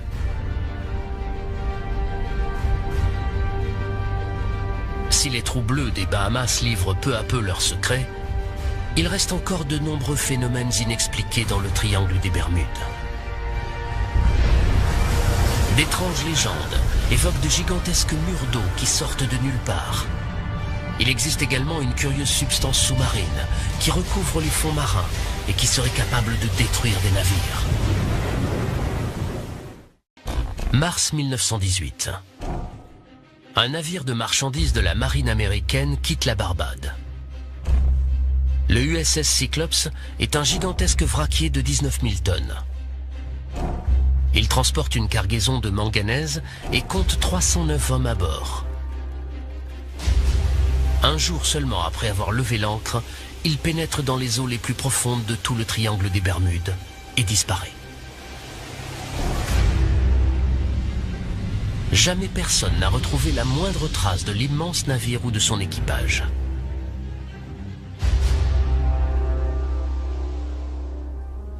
Pour Marvin Barash, cette histoire est une tragédie personnelle. Mon grand-oncle, Lawrence Merkel, était pompier à bord du navire. Il avait tout juste 20 ans et faisait partie des 309 membres d'équipage. En général, quand les bateaux disparaissent, on retrouve toujours quelque chose. Le bout d'un canot de sauvetage, un peu de la cargaison, un morceau d'épave. Être à son tour. Ni les torpilleurs du vol 19, ni l'appareil parti à leur recherche n'ont jamais été retrouvés. Toutes sortes de théories aussi étranges qu'incroyables ont été avancées pour expliquer la disparition de ces appareils. Enlèvement par des extraterrestres, présence d'un champ électromagnétique. L'hypothèse la plus vraisemblable, c'est que les pilotes se sont tout simplement perdus et à court de carburant ont été forcés d'amérir quelque part dans l'océan. Pour le Mariner et les torpilleurs du vol 19, les ennuis ont commencé quelque part au large des Bahamas. Et aujourd'hui, pour la première fois, il est possible de vider cette zone jusqu'au plancher océanique sur près de 5 km de profondeur. Ce processus révèle une vaste zone sous-marine sans relief, connue sous le nom de plaine abyssale. Un gigantesque désert. On comprend aisément pourquoi les avions n'ont jamais été retrouvés. Mais aujourd'hui, 70 ans plus tard, nous allons peut-être enfin réussir à localiser le Martin Mariner, parti au secours des torpilleurs du vol 19. Mike Barnett est un plongeur technique spécialisé dans la recherche d'avions perdus. Après des années passées à enquêter sur l'incident du vol 19, il pense avoir enfin réussi à déterminer où le Mariner s'est écrasé. J'ai essayé de recréer le parcours de l'avion dans mon esprit, jusqu'à l'endroit où il a pu s'écraser. Il a décollé de la base aéronavale de Banana River. Il est parti en direction du nord jusqu'au Cap Canaveral.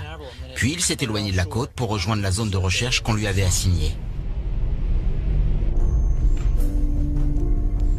Il y avait un cargo non loin qui dit avoir aperçu une explosion en plein ciel, environ une demi-heure après le décollage du Mariner. Quand le bateau s'est approché, il n'a trouvé aucun débris. Donc soit l'avion a coulé, soit des morceaux ont été emportés par le Gulf Stream.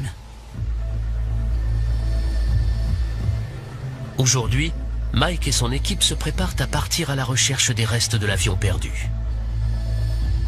Le site que nous allons fouiller aujourd'hui est à 70 mètres de profondeur, à environ 80 km de la côte. Nous pensons que ça vaut le coup d'aller enquêter là-bas, parce que c'est dans le périmètre de recherche. C'est un peu plus sonore, mais avec l'influence du Gulf Stream, l'avion a pu être emporté vers le nord. Des pêcheurs du coin ont aperçu des épaves dans cette zone. Mike les cherche avec son sonar. On vient de passer au-dessus de la cible. C'est à peine détectable et plutôt petit, ce qui est normal pour un avion. Je crois qu'on n'a plus qu'à enfiler nos combinaisons. Pendant des siècles, les vagues scélérates ont alimenté de nombreuses histoires de marins. De gigantesques murs d'eau sortis de nulle part, engloutissant tous les navires sur leur passage. Pendant plusieurs centaines d'années, nombreux sont ceux qui considéraient les vagues scélérates comme des légendes. Des marins revenaient au port en disant qu'ils avaient vu ces fameuses vagues et qu'ils y avaient survécu. Selon le docteur Simon Boxall, ces vieilles légendes de vieux loups de mer ne peuvent plus être ignorées. Grâce aux satellites, on peut observer la planète entière en quelques jours. Au cours des 20 dernières années, nous avons détecté et mesuré des vagues scélérates qui, dans certains cas, faisaient plus de 30 mètres de haut. Donc elles existent. Ces vagues géantes ont même parfois été filmées.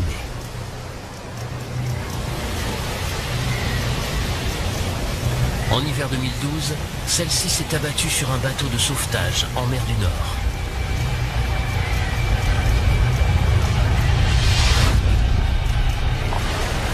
Étant donné les conditions météorologiques extrêmes dans le triangle des Bermudes, des vagues scélérates d'une telle envergure pourraient-elles s'y former ? On a l'Atlantique Nord, les tempêtes équatoriales, les fréquents ouragans, les orages qui arrivent du golfe du Mexique. Tous ces éléments combinés créent une mer très instable et agitée avec des vagues scélérates. Les eaux agitées du triangle des Bermudes ont-elles produit une vague scélérate assez grande pour couler le Cyclops ?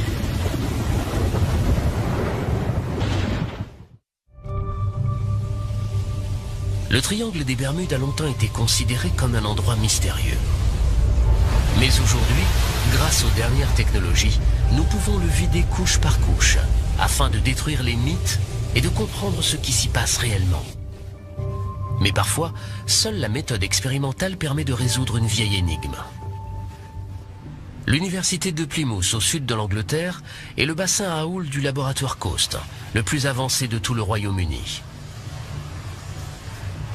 Il peut reproduire une grande variété de conditions océaniques que l'on trouve dans le triangle des Bermudes. Ici, les scientifiques prennent la notion de vague scélérate très au sérieux. Essayons de reproduire une vague de 16 mètres. Aujourd'hui, les océanographes font une expérience pour déterminer si une vague scélérate aurait pu couler un bateau aussi grand que le Cyclops disparu. L'équipe se sert d'un modèle réduit comparable en taille au Cyclops. Ils vont le placer dans la trajectoire directe d'une vague scélérate. Pour commencer, ils génèrent une série dans ces eaux cristallines si près des côtes. Aujourd'hui, Philippe va explorer plusieurs épaves susceptibles de lever le voile sur ce mystère.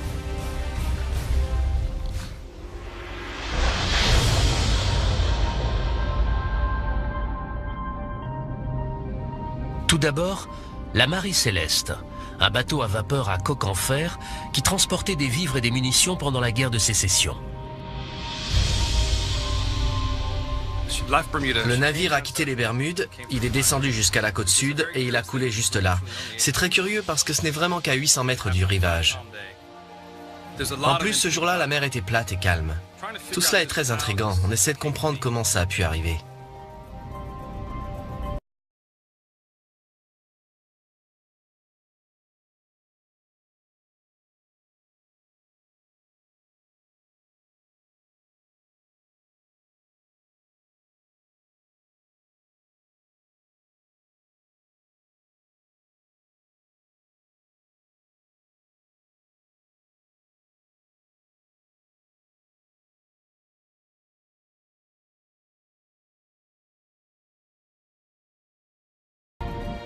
En fait, d'après les registres de Philippe, les Bermudes sont complètement encerclées par les épaves.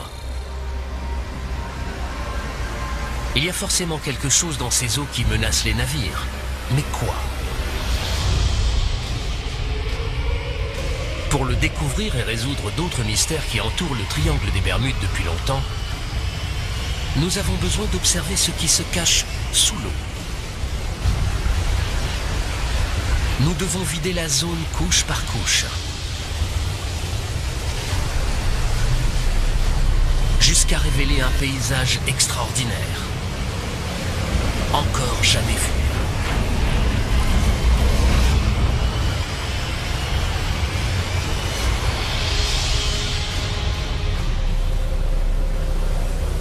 Observer les profondeurs des Bermudes n'est possible que grâce à une technologie en évolution rapide connue sous le nom de cartographie par sonar.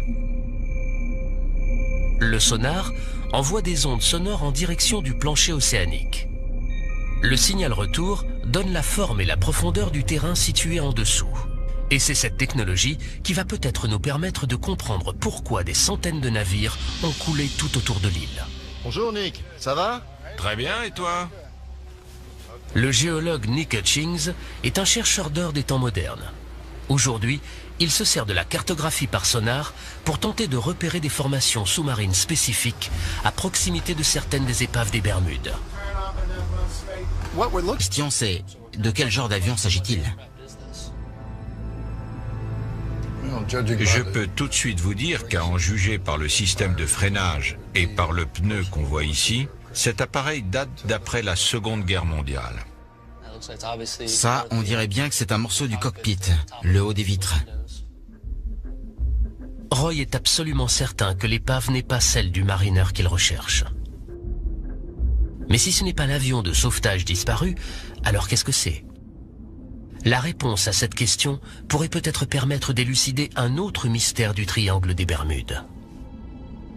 Regardez, c'est intéressant. Ce hublot est sans doute destiné à accueillir un appareil photo. Exactement. Et il y en a plusieurs à l'intérieur. Ils sont très remarquables et ont tout de suite attiré notre attention. On voit qu'il s'agit d'un bimoteur.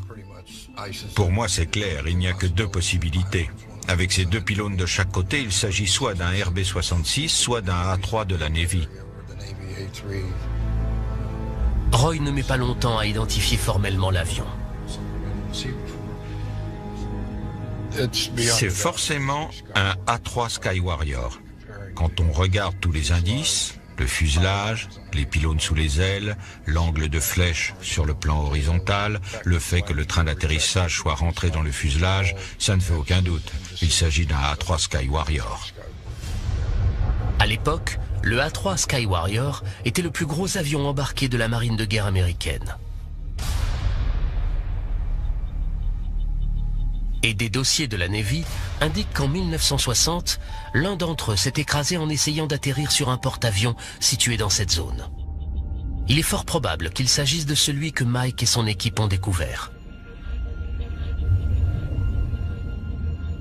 Mais le marinaire parti à la recherche des torpilleurs du vol 19 est toujours introuvable.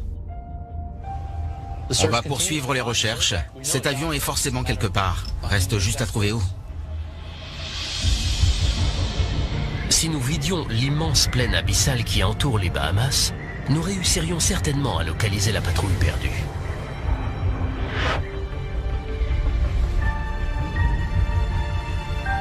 Et à en juger par l'état des autres épaves retrouvées au fond de l'océan, voilà à quoi ces avions ressembleraient après 70 années passées en mer.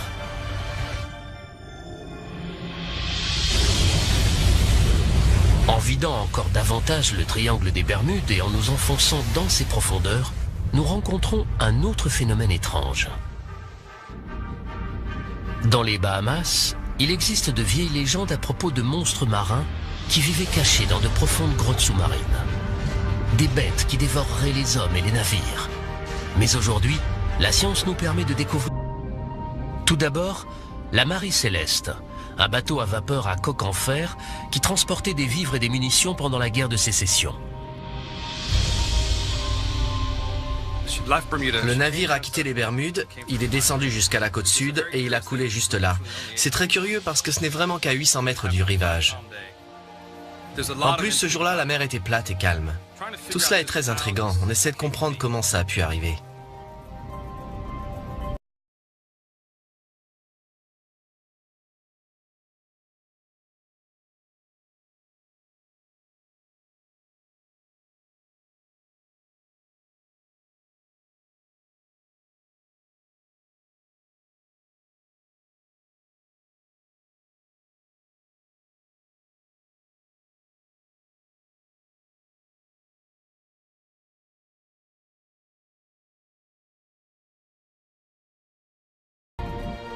En fait, d'après les registres de Philippe, les Bermudes sont complètement encerclées par les épaves.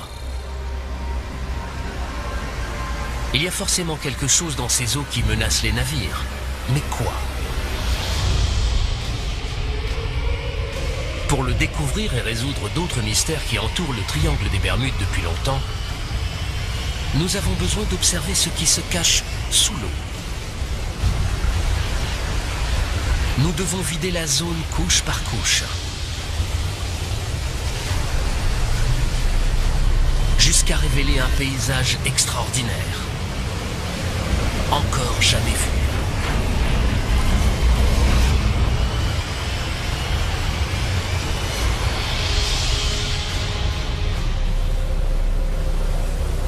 Observer les profondeurs des Bermudes n'est possible que grâce à une technologie en évolution rapide connue sous le nom de cartographie par sonar. Le sonar envoie des ondes sonores en direction du plancher océanique. Le signal retour donne la forme et la profondeur du terrain situé en dessous. Et c'est cette technologie qui va peut-être nous permettre de comprendre pourquoi des centaines de navires ont coulé tout autour de l'île. Bonjour Nick, ça va? Très bien, et toi? Le géologue Nick Hutchings est un chercheur d'or des temps modernes. Aujourd'hui, il se sert de la cartographie par sonar pour tenter de repérer des formations sous-marines spécifiques à proximité de certaines des épaves des Bermudes. Je recherche des dépôts minéraux qui peuvent prendre la forme de cheminées hydrothermales, également appelées fumeurs noirs.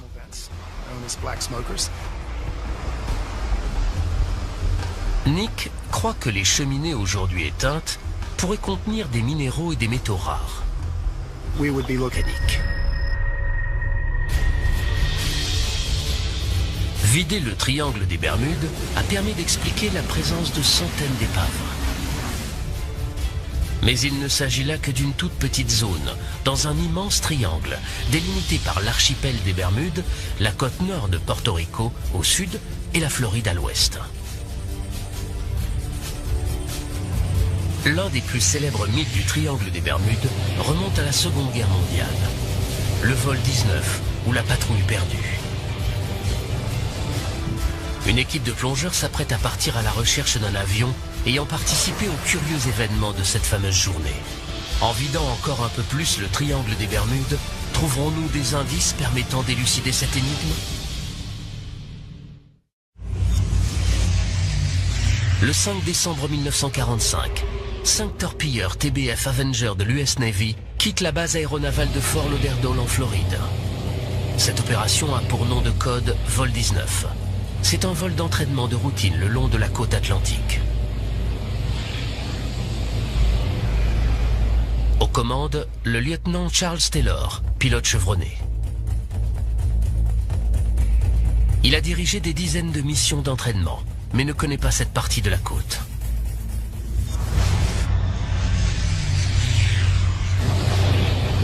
À mi-chemin, les choses commencent à se gâter.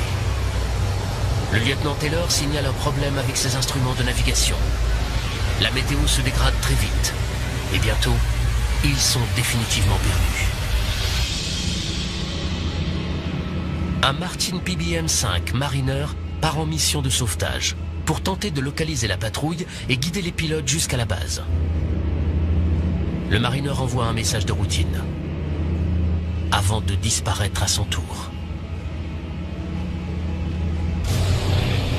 Ni les torpilleurs du vol 19, ni l'appareil parti à leur recherche n'ont jamais été retrouvés. Toutes sortes de théories aussi étranges qu'incroyables ont été avancées pour expliquer la disparition de ces appareils. Enlèvement par des extraterrestres, présence d'un champ électromagnétique. L'hypothèse la plus vraisemblable, c'est que les pilotes se sont tout simplement perdus et à court de carburant ont été forcés d'amérir quelque part dans l'océan. Pour le Mariner et les torpilleurs du vol 19, les ennuis ont commencé quelque part au large des Bahamas. Et aujourd'hui, pour la première fois, il est possible de vider cette zone jusqu'au plancher océanique sur près de 5 km de profondeur. Ce processus révèle une vaste zone sous-marine sans relief, ont alimenté de nombreuses histoires de marins. De gigantesques murs d'eau sortis de nulle part, engloutissant tous les navires sur leur passage. Pendant plusieurs centaines d'années, nombreux sont ceux qui considéraient les vagues scélérates comme des légendes. Des marins revenaient au port en disant qu'ils avaient vu ces fameuses vagues et qu'ils y avaient survécu. Selon le docteur Simon Boxall, ces vieilles légendes de vieux loups de mer ne peuvent plus être ignorées. Grâce aux satellites, on peut observer la planète entière en quelques jours. Au cours des 20 dernières années, nous avons détecté et mesuré des vagues scélérates qui, dans certains cas, faisaient plus de 30 mètres de haut. Donc elles existent. Ces vagues géantes ont même parfois été filmées.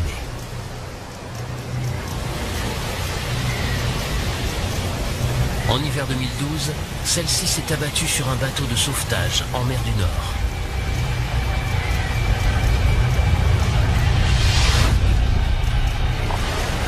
Étant donné les conditions météorologiques extrêmes dans le triangle des Bermudes, des vagues scélérates d'une telle envergure pourraient-elles s'y former?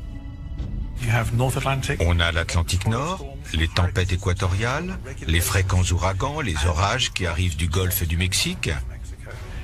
Tous ces éléments combinés créent une mer très instable et agitée avec des vagues scélérates. Les eaux agitées du triangle des Bermudes ont-elles produit une vague scélérate assez grande pour couler le Cyclops?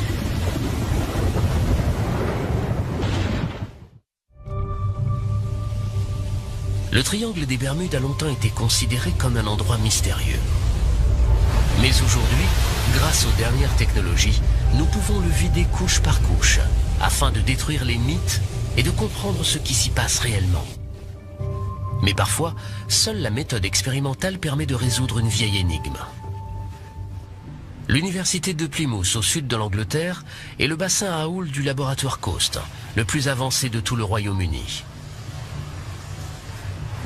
Il peut reproduire une grande variété de conditions océaniques que l'on trouve dans le triangle des Bermudes. Ici, les scientifiques prennent la notion de vague scélérate très au sérieux. Essayons de reproduire une vague de 16 mètres. Aujourd'hui, les océanographes font une expérience pour déterminer si une vague scélérate aurait pu couler un bateau aussi grand que le Cyclops disparu. L'équipe se sert d'un modèle réduit comparable en taille au Cyclops. Ils vont le placer dans la trajectoire directe d'une vague scélérate. Pour commencer, ils génèrent une série de vagues normales, avec des ondulations équivalentes à des vagues de la subduction de la plaque nord-américaine sous celle des Caraïbes. Mais ce que les nouvelles données suggèrent, c'est que ce terrain pourrait être propice aux avalanches sous-marines.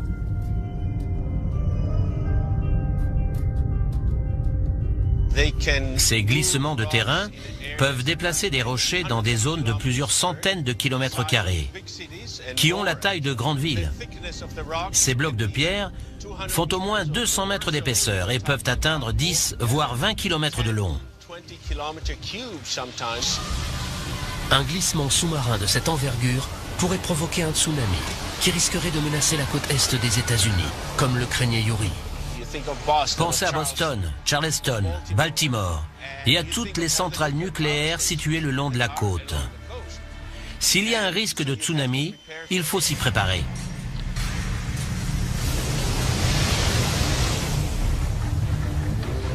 Depuis le désastre de Fukushima en 2011, on connaît les terribles conséquences d'une centrale nucléaire mal protégée.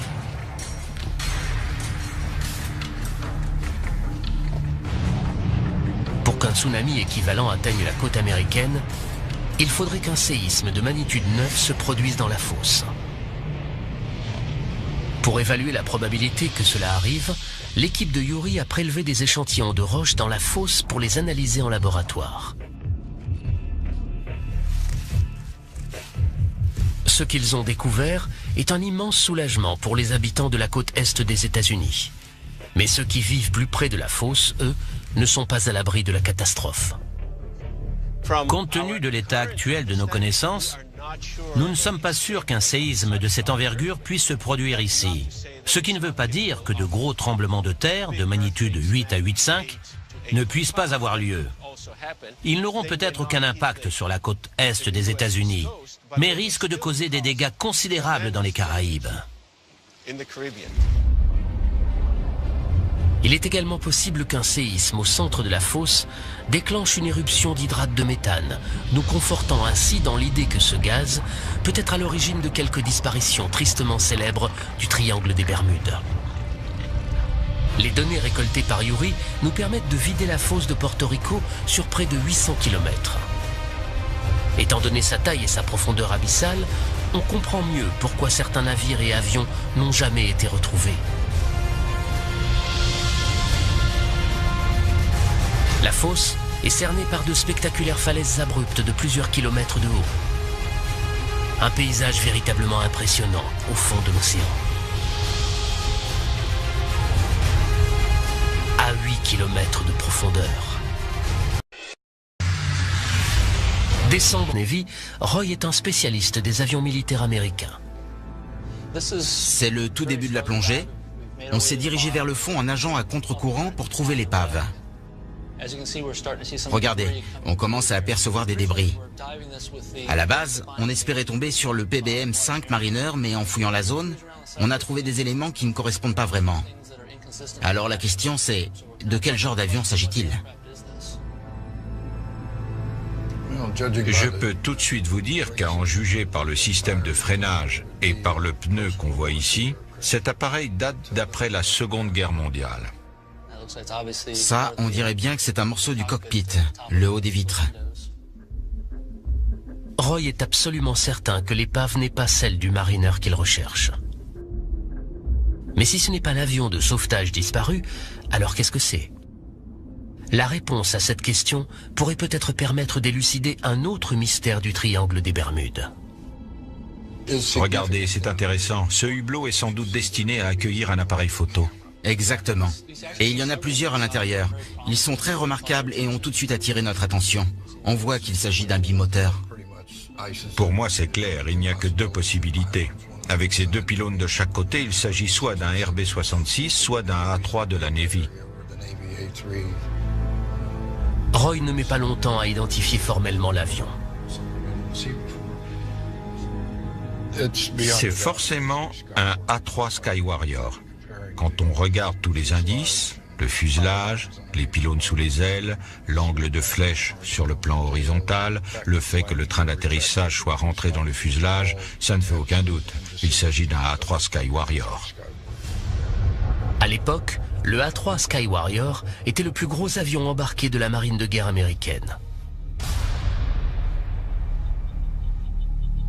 Et des dossiers de la Navy indiquent qu'en 1960, l'un d'entre eux s'est écrasé en essayant d'atterrir sur un porte-avions situé dans cette zone. Il est fort probable qu'il s'agisse de celui que Mike et son équipe ont découvert.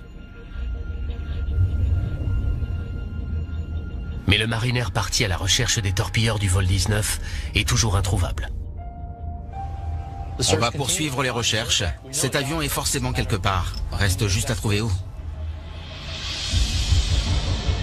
Si nous vidions l'immense plaine abyssale qui entoure les Bahamas, nous réussirions certainement à localiser la patrouille perdue.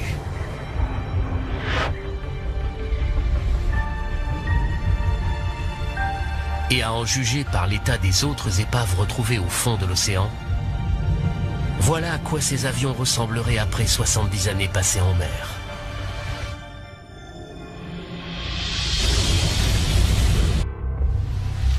Des pluies acides se sont infiltrées dans la roche, érodant le calcaire et y creusant de larges cavités.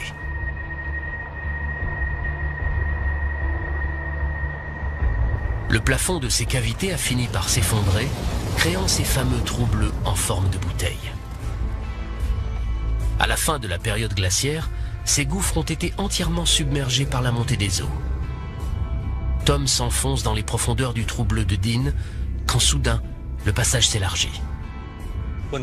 À environ 20 mètres de profondeur, la chambre fait une cinquantaine de mètres de diamètre.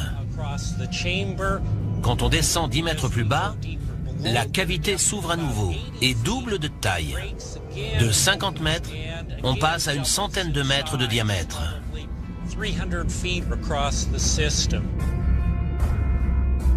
Soudain, à 35 mètres de profondeur, Tom aperçoit ce qui semble être des tunnels latéraux partant de l'entonnoir principal.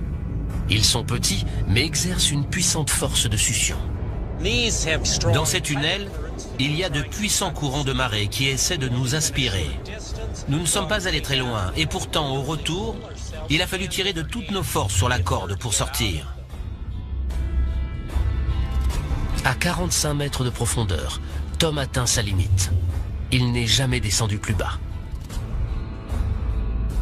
Seule une poignée de plongeurs spécialisés a osé s'aventurer plus loin.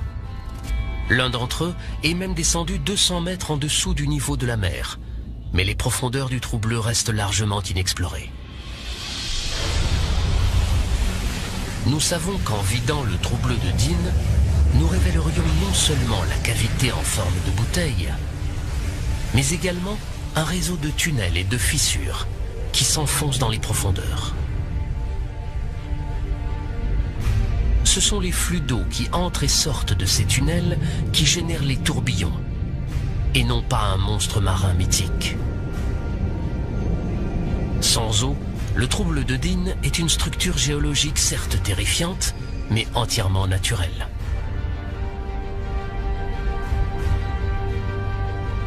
Si les trous bleus des Bahamas livrent peu à peu leurs secrets, il reste encore de nombreux phénomènes inexpliqués dans le triangle des Bermudes.